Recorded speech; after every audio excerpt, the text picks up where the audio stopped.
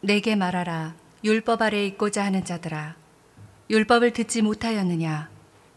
기록된 바 아브라함에게 두 아들이 있으니 하나는 여종에게서 하나는 자유 있는 여자에게서 났다 하였으며, 여종에게서는 육체를 따라 났고 자유 있는 여자에게서는 약속으로 말미암았느니라. 형제들아, 너희는 이삭과 같이 약속의 자녀라. 그러나 그때의 육체를 따라 난 자가 성령을 따라 난 자를 박해한 것 같이 이제도 그러하도다. 그러나 성령이 무엇을 말하느냐? 여종과 그 아들을 내쫓으라. 여종의 아들이 자유 있는 여자의 아들과 더불어 유업을 얻지 못하리라 하였느니라. 그런즉 형제들아, 우리는 여종의 자녀가 아니요 자유 있는 여자의 자녀니라.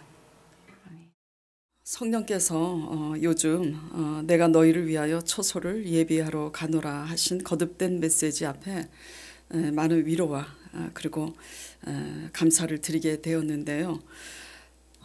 정말 그 메시지에 준하는 또 여러 성도들의 신앙 고백도 있었습니다만, 이는 다 우리의 못난 우리를 기다려 주신 그 예수 그리스도의 십자가 은혜 덕분인 줄 압니다. 예. 그러므로 오늘 이 말씀을 가지고 나눌 때 그 어느 때보다도 이 말씀이 새롭게 깨달아지고 크게 여러분들 마음속에 와 닿게 될 줄 믿습니다. 자, 신앙은 오늘 제목이 신앙의 발자국이죠. 이 제목처럼 신앙은 하나님을 믿는 것이기 때문에 하나님의 발자국을 따라가는 것이 신앙생활입니다. 굳이 하나님의 발자취보다는 발자국이라고 표현한 것은 우리가 한 발 한 발 내딛는 것이 하나님이 가신 발자취를 따라 내딛는 것이 중요하기 때문에 발자국이라고 표현을 하게 되었는데요. 하나님 아버지의 그런 발자취를 따라 한 발 한 발 가다 보면, 이게 뭐가 중요하냐면 말씀 따라 가다 보면 왜 그렇게 가게 하셨는지, 그리고 그 끝이 무엇인지를 알게 되는 겁니다. 그러니까 따라가는 게 중요하죠. 말씀 따라가지 않으면 왜 그렇게 가게 하셨는지, 그 끝에 무엇이 있는지 따라가지 않는 사람은 알 턱이 없죠. 예. 근데 문제는 보이지 않는 하나님을 어떻게 우리가 따라가느냐, 이겁니다. 오늘 본문에 아브라함 얘기가 나오죠. 자, 말씀 보겠습니다. 21절 말씀이 여러분에게 되게 좀 어려울 거예요. 이 말씀이 내게 말하라. 율법 아래에 있고자 하는 자들아, 율법을 듣지 못하였느냐. 이 말씀을 조금 이따 드리기로 하고요. 기록된 바 아브라함에게 두 아들이 있으니 하나는 여종 하갈에게서, 하나는 자유 있는 여자 와이프 본처죠. 예, 사라에게서 낳다 하였으니, 아브라함 얘기를 지금 하고 있습니다. 자, 여러분이 다 아시는 이제 아브라함인데요. 아브라함이 어떻게 갔죠? 그렇죠. 창세기 12장 4절에 기록이 돼 있고 히브리서 11장 8절에 기록이 돼 있어요. 어떻게 갔냐면 아브라함이 여호와의 말씀을 쫓아갔으나 갈 바를 알지 못하고 쫓아갔다고 기록이 돼 있습니다. 창세기 12장 4절에는 여호와의 말씀을 쫓아갔고라고 기록이 돼 있고, 히브리서에는 갈 바를 알지 못하나 말씀을 쫓아갔다고 기록이 돼 있어요. 진짜 아브라함은 하나님께서 말씀으로 부르셨을 때 그분의 말씀을 따라갔지만 갈 바를 알지 못하고 간 거 확실을 합니다. 예. 하나님 따라가는 것은요, 뭘 따라가는 거라고요? 말씀 따라가는 거예요. 그런데 이게 희한한 것이 알고 가는 게 아니라는 거예요. 말씀 따라가는 것은 한 번도 가보지 못한 길이에요. 왜? 하나님 믿기 전에는 어떻게 살았어요? 세상 가운데서 눈에 보이는 사람 따라 갔고 환경과 상황 따라 갔고 내 생각대로 갔잖아요. 그렇죠? 내 생각대로 살았고 내가 보기에 좋은 대로 내가 좋은 사람 따라 갔고 그렇게 살았잖아요. 근데 말씀 따라 가는 것은 이전에 우리가 한 번도 살아보지 못한 그 길을 가는 거예요. 그러니까 믿음이 없으면 이 말씀 따라가는 것이 우리가 믿습니다. 뭐 방언까지도 심지어 하지만 믿음이 없으면 하나님 따라가는 것이 무지무지 힘든 겁니다. 왜? 안 보이니까. 한 번도 가본 길이 아니니까 어려운 거예요. 그래서 어디에 목숨을 거냐면 지키는 것에 목숨을 거는 거예요.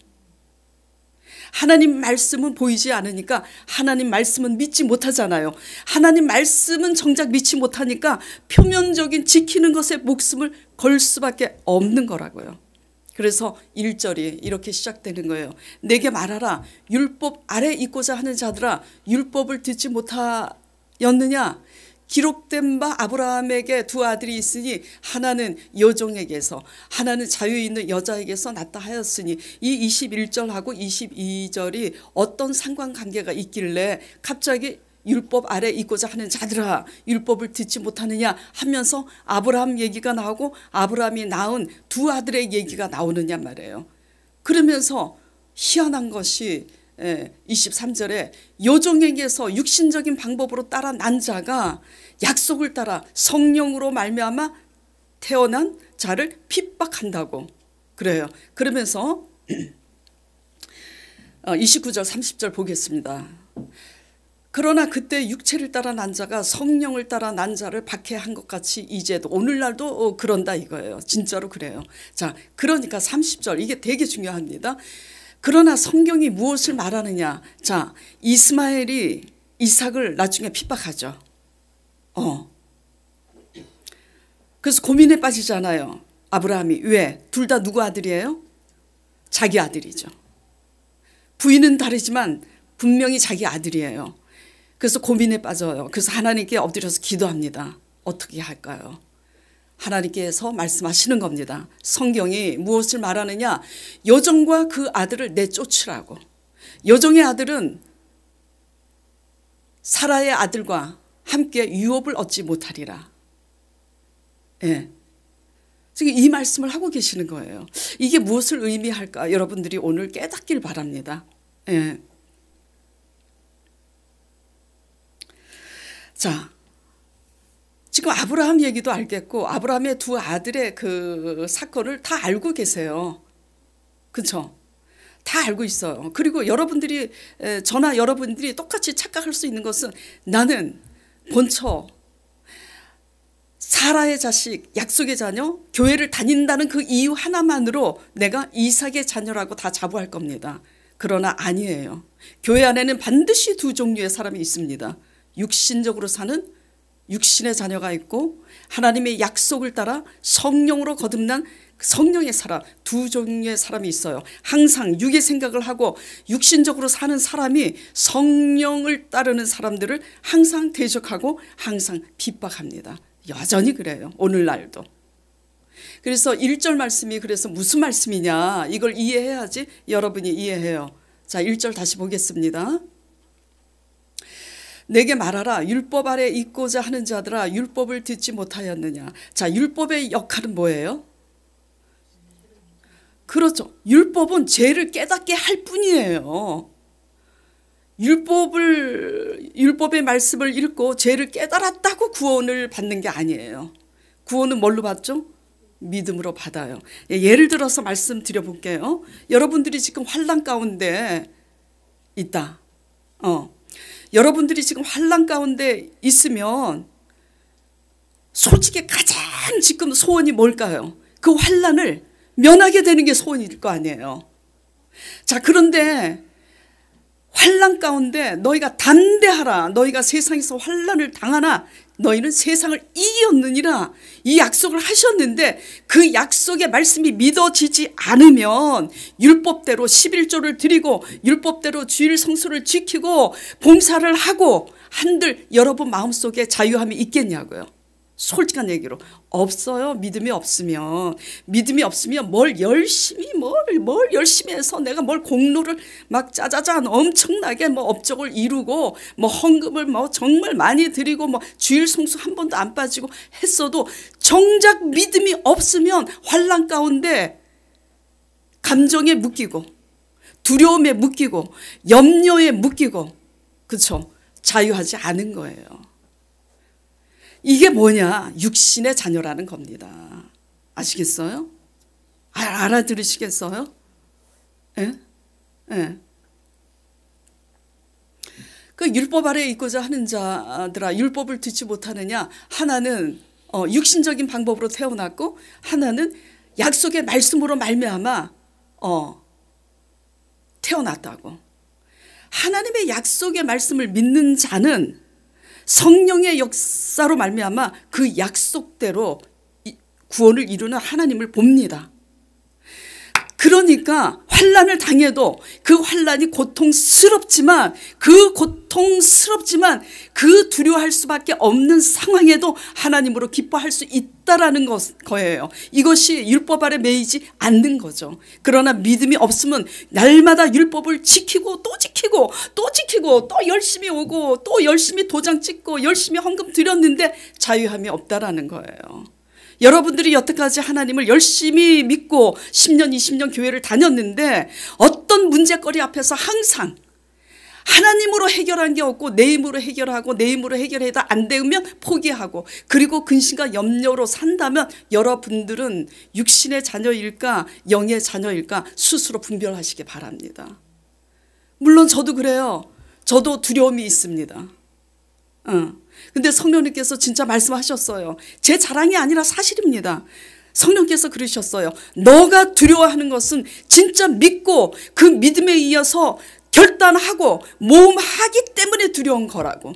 진짜 믿기 때문에 결단하고 나가기 때문에 두려운 거하고 못 믿어서 숨어서 두려워하는 거하는 그 두려움의 색깔이 같아요? 틀려요? 달라요.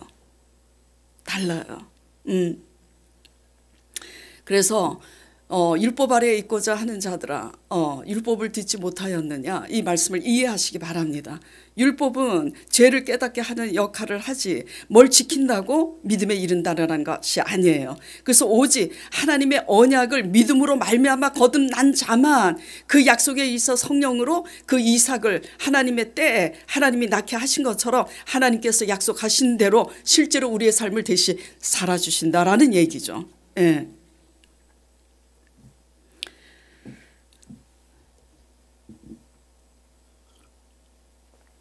그래서 신앙의 발걸음은요, 신앙의 발자국은 여태까지 내가 한 번도 내 힘으로 가보지 않은 하나님의 약속의 말씀으로 말미암아 갔더니 하나님께서 그 약속대로 이렇게 이루었더라라는 그 발자취의 흔적이 있어야 하나님과 함께 가는 거예요. 예. 여러분들이 하나님과 지금 함께 가고 있는지 잘 분별하시기 바랍니다. 정말로 잘 분별하시기 바랍니다. 그렇지 않으면 우리의 신앙은 허사해요. 오히려 교회 안 다니는 사람보다 오히려 더 못한 결과가 되죠. 예. 신앙은 말씀을 따라가는 거지만 아브라함이 어떻게 갔다고요? 갈 바를 알지 못하나 갔어요. 그렇게 신앙은 갈 바를 알지 못하나 말씀을 따라 믿음으로 한 발자국 한 발자국 내딛는 것이 신앙이에요. 그렇게 가다 보면 알게 되는 거예요. 무엇을? 하나님께서 전능하신 대로 불가능한 가운데 능치 못함이 없으시구나. 아버지께서 약속하신 말씀대로 능치 못함이 없으시다라는 것을 가다 보면 안다고요. 믿음이 없어서 가지 못하는 사람은 가보지도 않았으니까 모르지. 그러니까 맨날 내 힘으로 살 수밖에 없는 거예요.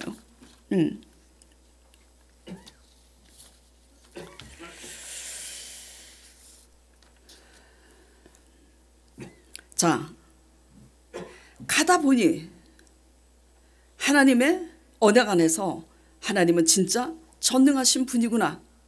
이거를 알게 돼요.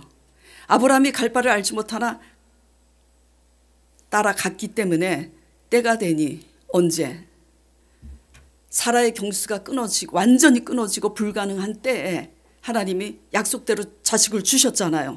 따라갔기 때문에 그때가 임한 줄 믿으시기 바랍니다.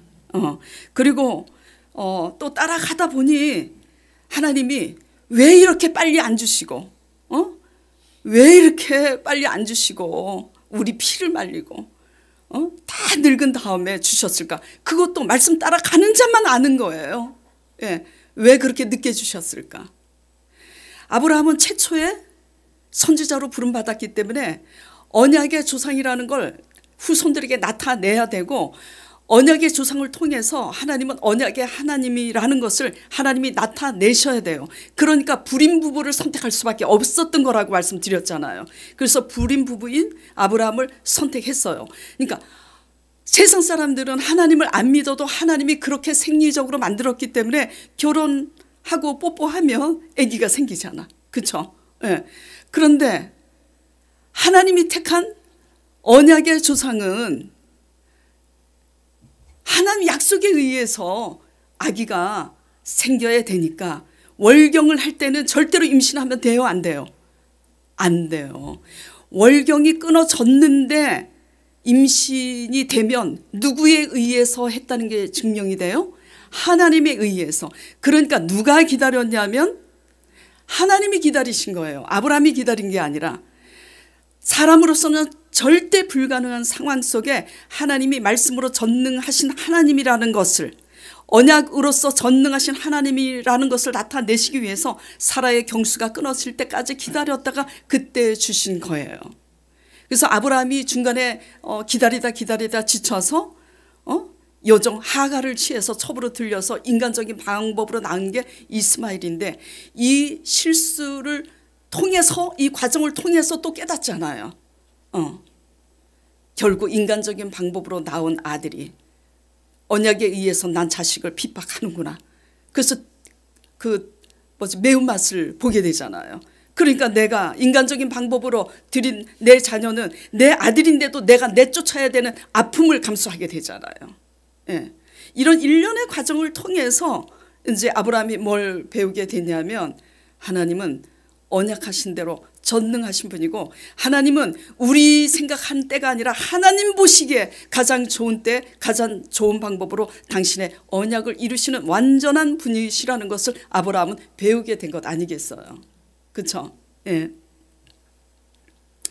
그래서 하나님을 따라가는 것은 하나님의 약속의 말씀을 따라가다 보면 이렇게 말씀으로 전능하신 분이라는 걸 알게 되는 거고, 그렇게 따라가다 보면 무리변에서 어떻게 포도주가 되었는지 또 알게 되는 거고, 그렇게 갈 때 남편 잃고 재물 다 잃은 룻이 그렇게 하나님 따라가다 보니까 전 남편보다 훨씬 더 훌륭하고 더 재력가인 보아스를 만나게 되잖아요. 예. 따라가다 보니까 누구 선택했어요? 하나님 선택했잖아요. 그렇게 말씀 따라가다 보니 누가복음 17장에 열문둥병자가 소리 질러서 외칩니다. 예수 선생님이여, 우리를 긍휼히 여기소서 하거늘 보시고 가라사대 가서 제사장들에게 너희 몸을 보이라. 말씀하심에 그 말씀대로 제사장들에게 자기네 몸을 보이려고 가다가 치료를 받았잖아요. 그래서 누가복음 17장 13절 14절에 이렇게 기록이 돼 있는 거예요.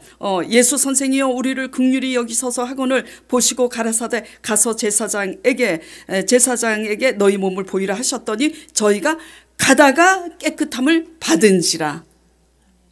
눈에 보이지 않아도, 귀에 소리 들리지 않아도, 하나님의 약속의 말씀을 따라 갈 바를 알지 못해도 그 길을 가시길 바랍니다. 예.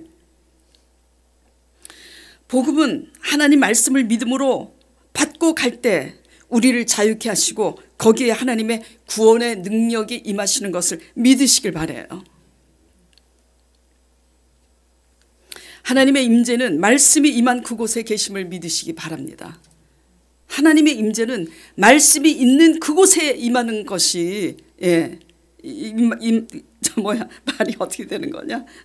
하나님의 임재는 말씀이 임한 곳에 계심을 믿으시길 바라요. 내가 가고 싶지 않아도, 무슨 말이냐, 내가 가고 싶지 않아도 말씀이 지시한 그곳에 갈 때, 내가 머물고 싶지 않아도 말씀이 임한 그곳에 머물 때 비로소 하나님과 함께 가고 있는 거라고요. 예. 하나님 믿기 전에는 그렇게 살지 않았잖아요. 자, 이스라엘이 출애굽 후에 광야 생활을 할 때 하나님께서 어떻게 인도하셨어요? 밤에는 불기둥, 낮에는 구름기둥으로 인도하셨는데, 구름기둥이 서면 어떻게 했어요? 이스라엘이 행진을 멈췄죠. 그러나 그 구름기둥이 움직이면 그 움직임을 따라 그 행진, 이스라엘이 행진했잖아요. 하나님의 임재, 불기둥과 구름기둥으로 하나님의 임재를 아버지께서 스스로 나타내신 거예요. 그래서 그걸 따라가는 거예요. 그것처럼 하나님이 말씀이 임하는 그곳이 하나님이 계시는 건데, 문제는 내가 그렇게 가고 싶지 않으니까 우리 고집대로 가는 거 아니에요. 그 대표적인 예가 누구죠? 요나가 니느웨로 가라 그랬는데 니느웨로 가기 싫잖아요. 니느웨가 듣고 회개하면 그 나라가 살기 때문에 망하기를 바라는데 가고 싶지 않잖아요. 그래서 다시스로 도망가잖아요. 도망가다가 어떻게 돼요? 고래 뱃속에 들어가서 회개하게 되는데, 그런 겁니다. 차가 속력을 내고 달려가고 있지만 방향을 잘못 잡고 달려가고 있다면 그 끝에서 어떻게 해야 돼요? 에? 유턴해야 되는데 달려간 만큼 다시 돌아와야 되잖아요. 예, 그러니까 잘못 믿으면요 되게 힘들어요. 젊어서부터 잘못 믿기 시작한 그 체질이 10년, 20년, 30년 늙어서까지 변화가 되지 않으면 다 늙어서 다시 시작하게 된다라는 거 유념하시기 바랍니다. 예. 그 모든 끝에서 달려간 만큼 되돌아와서 다시 원점에서 출발해야 되는 거예요. 우리 모두 다시 돌아가지 않도록 지난 날을 되돌아보면서 하나님의 말씀 따라 한 발 한 발 잘 내딛는 저와 여러분 되기를 간절히 축원드립니다. 자, 구약 말씀은 거의 온통 뭐로 가득 찼어요? 전쟁 얘기로 가득 찼잖아요. 전부 다 진짜 구약 39권으로 되어 있는데 39권 중에 시편하고 욥기서하고 잠언 말씀하고 그런 전도서 말씀, 이런 말씀 몇 권을 제외하고는 전부 다 전쟁 얘기입니다. 진짜. 자, 여러분들이 생각해 보셨어요? 왜 이렇게 성경 구약 39권 중에 몇 권을 제외하고는 왜 다 전쟁 얘기일까? 신앙이 영적인 전쟁이기 때문이에요. 이 영적인 전쟁에 영적인 전쟁이 이게 뭔지를 그걸 알아야지 돼요. 여러분들이 뭐라고 생각하세요? 영적인 전쟁? 이거를 지금 제가 여쭤봤을 때 여러분들이 지금 마음속으로 대답할 수 있는 분은, 영적인 전쟁이 뭔지 아시는 분들은 지금 승리해가고 있는 거예요. 모르면 모르기 때문에 여태까지 분별이 없어서 당하고 사는 거예요. 영적인 전쟁은 뭐냐면 하나님의 약속의 말씀을 붙잡느냐, 내 생각을 붙잡느냐, 그것과의 전쟁이에요. 다른 거 없어요. 근데 똑똑하면 똑똑할수록 힘든 게 뭐냐면 내가 너무 똑똑하기 때문에 내 생각을 붙잡죠. 하나님 그걸 너무 잘 아세요. 또 성실한 사람들, 내가 너무 성실하기 때문에 내 성실을 의지하죠. 하나님은 그걸 너무나 잘 알아요. 그래서 하나님은 각자를 깨트리기 위해서 하나님은 생각하지도 않은 방법으로 우리를 깨트리십니다. 그걸 아세요. 예. 자, 신앙은 뭐기 때문에, 영적인 전쟁이기 때문에 구약 말씀이 전부 전쟁이라 그랬어요. 그래서 영적인 전쟁이 뭐가 전쟁이라고요? 하나님의 말씀을 붙잡느냐, 우리 생각을 의지하느냐, 거기에서 승패가 판가름 나는 거예요. 약속의 말씀을 붙잡는 사람은 영적인 전쟁에서 승리하는 거고, 자기가 잘났다고 자기 생각을 의지하는 자는 전쟁에서 패하는 거예요. 간단해요. 간단해요. 그리고 하나님이 하게 하시는 전쟁, 그러니까 영적인 전쟁에서는 무엇을 가지고 싸워야 되는 거죠? 예? 주일 성수 잘해야 되죠. 물론 잘해야 되죠. 예. 말씀 가지고 싸워야 되는 거예요. 뭐 내가 직분이 어떻고 뭐 다 소용없어요. 뭐 내가 뭘 교회에서 뭘 했고 물론 해야죠. 하나님은 충성된 자를 사랑하시니까. 그러나 하나님의 약속에 대한 말씀에 대한 믿음이 없으면 전쟁에 질 수밖에 없어요. 영적인 전쟁의 승패는 무엇이라고요? 약속의 말씀입니다. 예. 그리고 이제 하나님이 하게 하시는 이 영적인 전쟁은 어떻게 하나님이 싸우게 하시는가를 아셔야지 돼요. 무엇을 가지고 싸워야 되느냐를 알았다면, 말씀을 가지고 싸워야 되는 것을 이제 알았잖아요. 그러면 이제 어떻게 싸워야 되는가, 하나님이 어떻게 싸우게 하시나, 하나님의 영적인 전쟁은 그걸 아셔야지 돼요. 하나님은요, 우리가 싸울 수 있는 전쟁은 하게 하시지 않아요. 누누이 말씀드리지만 우리가 도저히 할 수 없는 전쟁을 하나님이 하게 하세요. 그러니까 속된 말로, 요즘 아이들 말로 미치고 팔딱 뛰는 거라고. 우리가 좀 할 수 있는 것으로 하게 하시면 좋잖아요. 그렇죠? 근데 보세요. 지금 젊은 사람들은 잘 몰라요. 나이 드신 분들은 이 말이 무슨 말인지 뼈저리게 지금 그것을 경험할 겁니다. 경험하고 계실 거예요. 예. 우리가 할 수 없는 전쟁을 하나님이 하시는데 우리는 내 힘으로 다 할 수 있는 것으로 다 살다가 10년 20년 내 힘으로 잘 살았다고 생각했을 때 하나님이 내 힘으로 쌓은 것 하나님이 한순간에 다 잃어버리게 하세요. 네. 왜 그렇게 하시느냐. 너 힘으로 살았기 때문에 너 힘으로 천국에 갈 수 없고 하나님의 힘으로 다시 시작하는 것을 배워야 하나님의 힘으로 천국 갈 수 있으니까 너 다시 시작해. 그래서 우리 힘으로 얻은 거 성공했다고 생각할 그때에 하나님이 허무신다라는 걸 아셔야 되는 겁니다. 그래서 하나님이 싸우게 하시는 전쟁은 어떻게 싸우게 하신다고요? 도저히 우리 힘으로는 이길 수 없고 우리 힘으로 싸울 수 없는 전쟁을 하나님이 하게 하신다라는 걸 기억하시기 바랍니다. 왜죠? 하나님의 전쟁이기 때문에 그래요.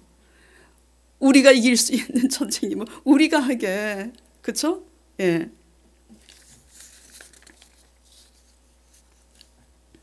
그렇기 때문에 로마서 4장 17절 24절에 믿음에 대한 정의가 이렇게 돼 있는 거예요. 믿음은 바랄 수 없는 가운데 바라는 것이 믿음이라고.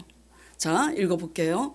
기록된 바 내가 너를 많은 민족의 조상으로 세웠다 하신가 같으니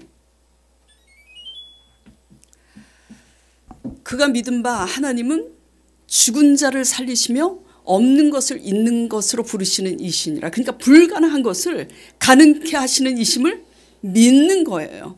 아브라함이 바랄 수 없는 중에 바라고 믿었으니 이는 내 후손이 이같으리라 하신 말씀대로 많은 민족의 조상이 되게 하려 하심이라.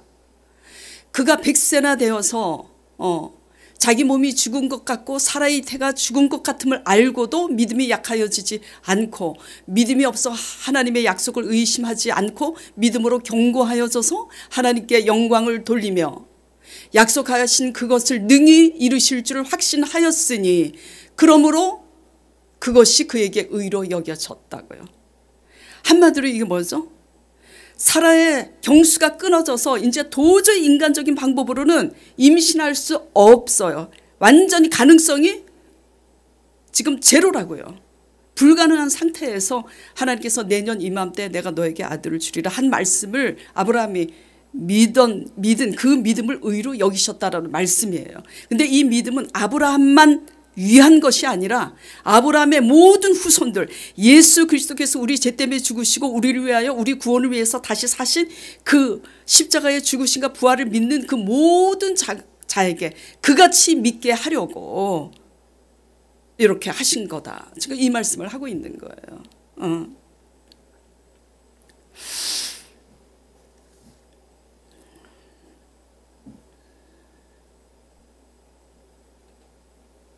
그래서 이렇게 바랄 수 없는 가운데 하나님 약속에 의해서 태어난 이상만 하나님 나라를 유업으로 받을 수 있다라는 겁니다.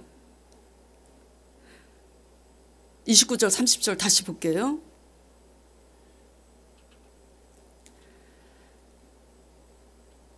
육체를 따라 난 자가 성령을 따라 난 자를 박해한 것과 같이 이제도 그러하도다. 30절 그러나 성경이 무엇을 말하느냐 여종과 그 아들을 내쫓으라. 여종의 아들이 자유에 있는 여자의 아들과 더불어 유업을 얻지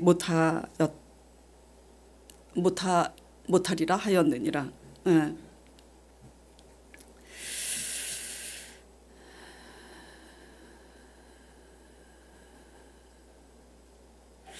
중요한 것은 그래서 이 아브라함의 얘기와 두 아들의 이 본문 말씀, 육의 자녀, 인간적인 방법으로 태어난 그 여종과 그 아들을 내어 쫓으라. 이 말씀이 우리에게 시사하는 바가 뭐냐 이걸 깨달아야 되는 거죠. 지금 이미 깨닫고 계시는 줄 믿습니다. 예.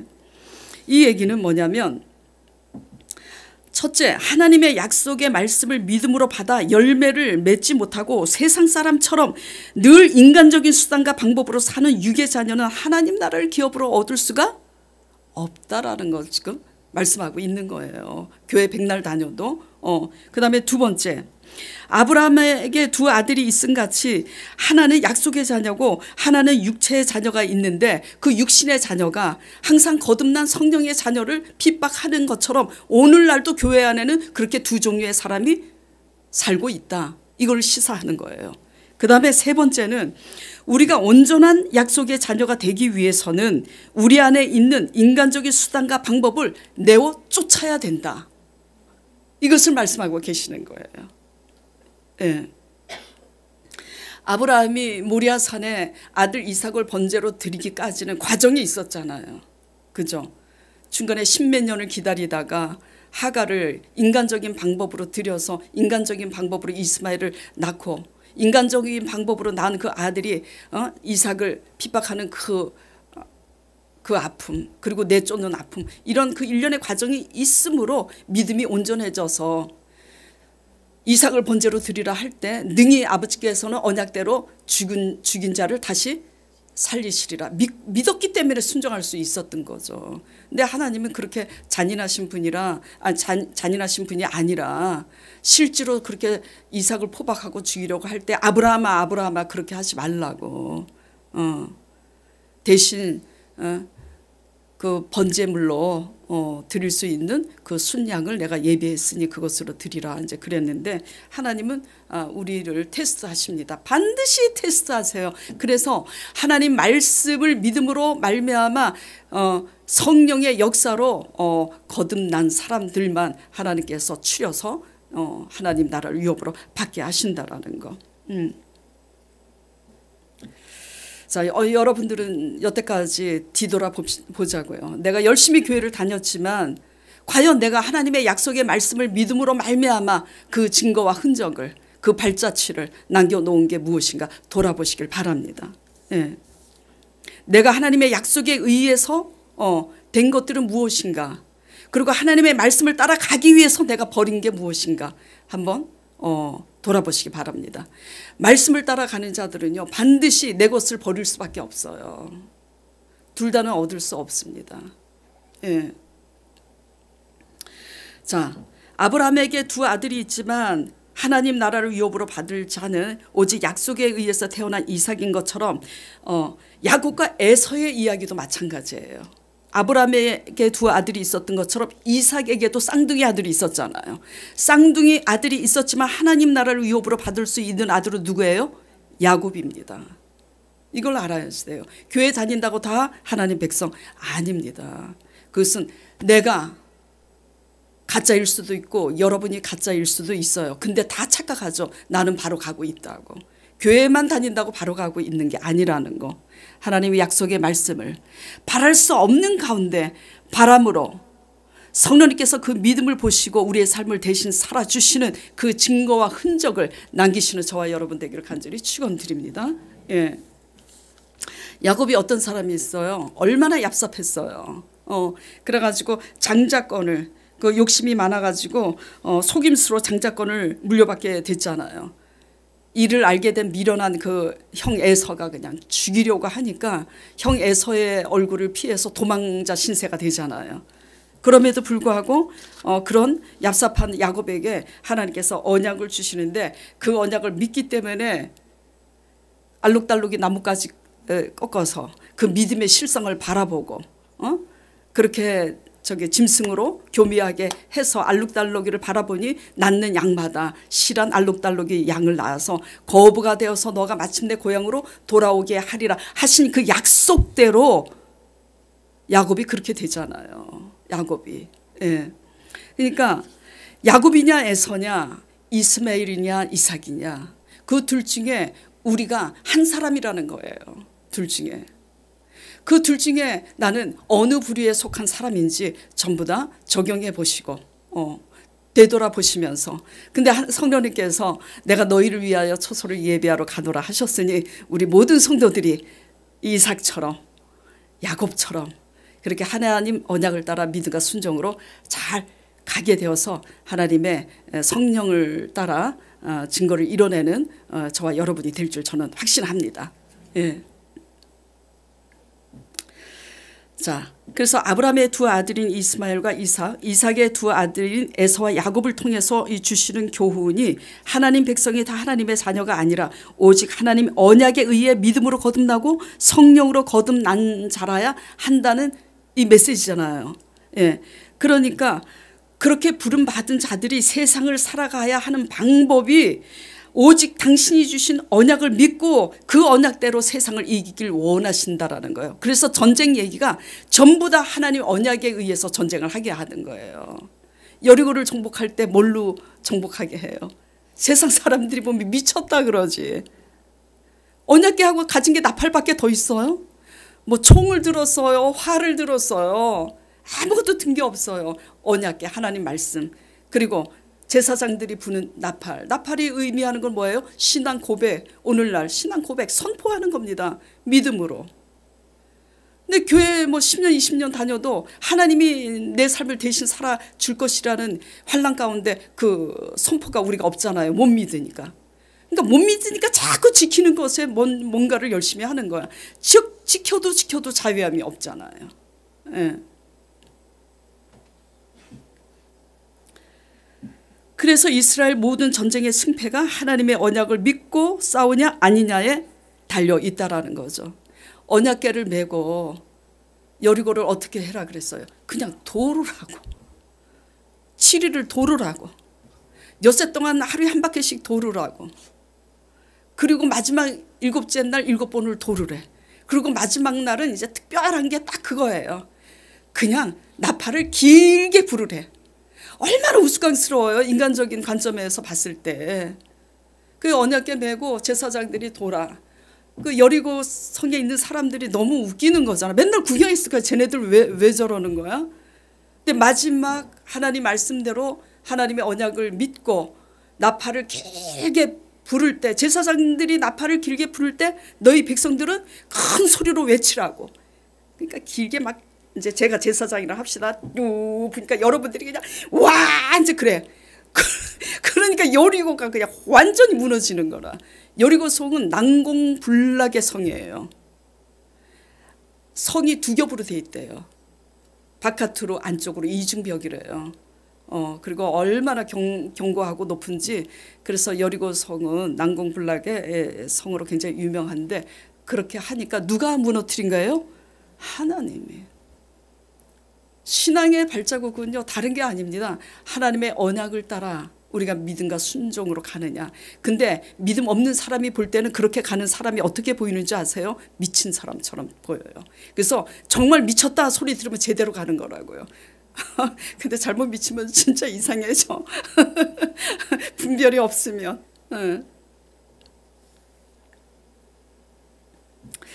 자, 그런데 무슨 얘기냐. 그렇기 때문에 이스라엘의 모든 전쟁의 승패가 하나님의 언약을 믿고 싸우냐 아니냐에 달려 있음을 역사로 기록하고 있는 것이 구약인데요. 그런데 우리가 이 하나님의 언약을 그렇게 목숨같이 여기지 않고 귀를 기울이지 않고 집중하지 않고 전부를 걸어야 할 필요성을 느끼지 못하는 이유는 뭘까요? 문제는 그거잖아요. 굳이 하나님 언약이 없이도 살아갈 수 있기 때문이에요. 응? 솔직히 얘기해서. 굳이 하나님 언약이 없어도 내 스펙 가지고 내 실력 가지고 내 성실 가지고 밥 먹고 잘 살아갈 수 있으니까 굳이 하나님 언약이 없어도 살아갈 수 있으니까 하나님 언약에 귀를 기울이지 않는 거라고요.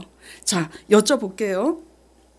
자, 인간적인 힘과 방법으로도 이스마엘을 낳을 수 있었어요? 없었어요? 낳을 수 있었죠. 그런데 성경은 뭐라고 오늘 기록하고 있어요? 다시 30절 보겠습니다. 같이 읽겠습니다. 그러나 성경이 무엇을 말하느냐? 여종과 그 아들을 내쫓으라고. 왜 내쫓아야 되냐?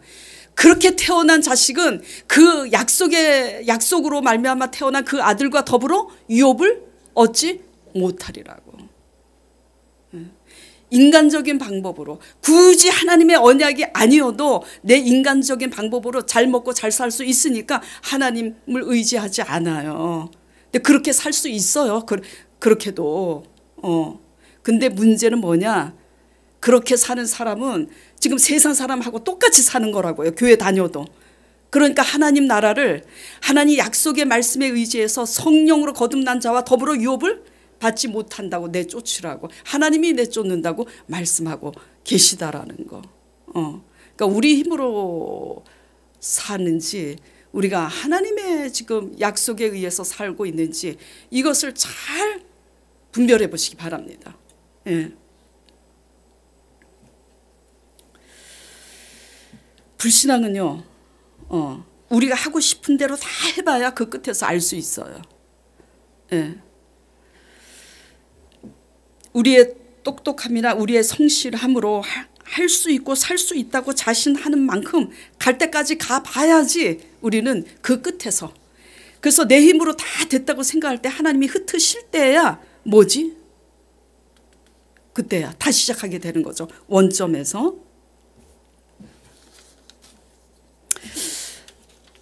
불신앙이 되게 무서운 게요. 저도 그렇고요. 자신이 가지고 있는 것으로 내가 할 수 있는 것으로 다 할 때까지 고집을 내려놓지 못하는 것이 불신앙인데 모릅니다 이게. 실패하기 전까지는 몰라요 다 각자. 그래서 우리의 가장 큰 죄는 하나님을 믿지 못하고 자신의 힘으로 사는 것이 가장 큰 죄인데 자신의 힘으로 살지 않기를 바랍니다. 하나님 없이도 살 수 있기 때문에 굳이 하나님의 언약의 필요를 느끼지 않는 분. 그러니까 내 가족이 제가 담임 목사니까 교회 끌고 다 와라 그런 얘기가 아니에요. 영적인 것에 관심이 없으니까 육적인 무엇을 먹고 오늘은 더 맛있는 거 먹으려면 어디 가서 어떤 좋은 재료를 사야 될까 막 이런 것은 연연하고 5년 동안 설교를 들어도 영적인 거 하나 반응 못해요.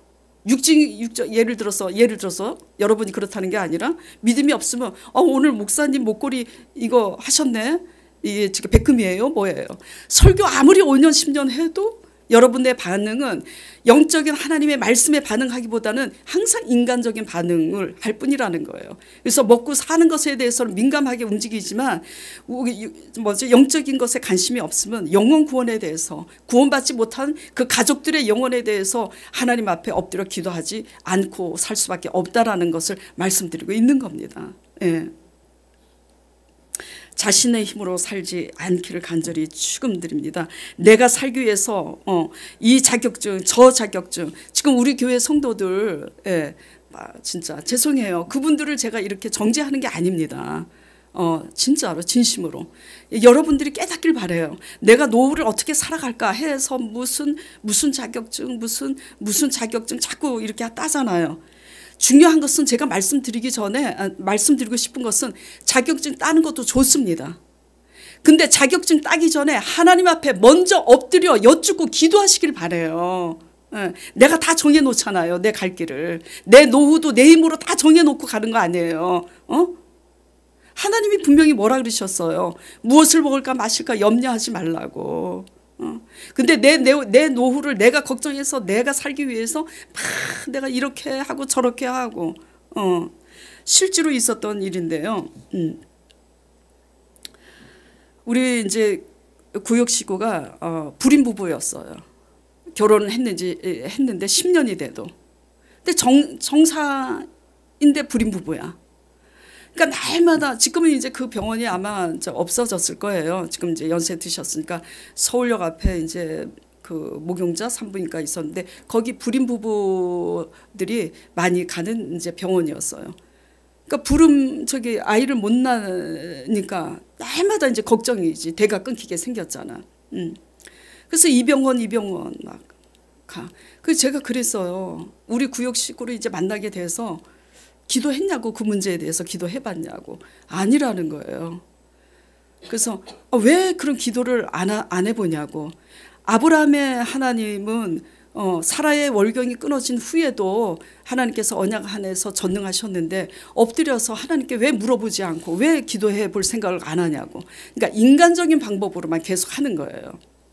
그래서 그러지 말고 되든 안 되든 우리가 하나님께 여쭙고 기도해서 하나님이 안 되면 안 되는 하나님의 섭리 속에 허락하지 않는 하나님의 섭리 속에 무슨 이유가 뜻이 있겠구나 하고 받아들이면 되는 거고, 엎드려서 구했을 때 주시면 얼마나 감사해. 기적이고 하나님 살아계신 증거가 되지. 그래서 그러지 말고 작정 기도를 합시다. 그래서 작정 기도 했어요. 근데 성령님께서 말씀하시는 거야. 저에게 내가 딸을 주겠다고. 그리고 저는 이 분당 아파트가 당첨이 돼서 이사 왔는데 제가 선포했어요. 성령님께서 당신에게 딸을 주시겠다고 약속하셨으니까 당신은 딸을 놓게 될 거라고. 그리고 왔는데 6개월 후에 6개월인가 4개월인가 전화가 왔어요. 뭐라고 왔겠어요? 나 임신했다고. 딸이라고. 그리고 또 우리 구역 식구 중에 어린 2자녀를 두신 분이 갑자기 남편을 잃게 된 거예요. 식당 알바를 해야 되나 마트에 가서 캐셔를 해야 되나 생각할 때 그때 그랬어요. 자꾸 우리 생각으로 뭘 해야 되냐 자꾸 우리 생각으로 세상 사람처럼 살지 말고 하나님 앞에 먼저 엎드려서 기도해보자고. 그래서 모두 전부 작정 기도했어요. 그러니까 이렇게 사업하는 걸 보여주셔.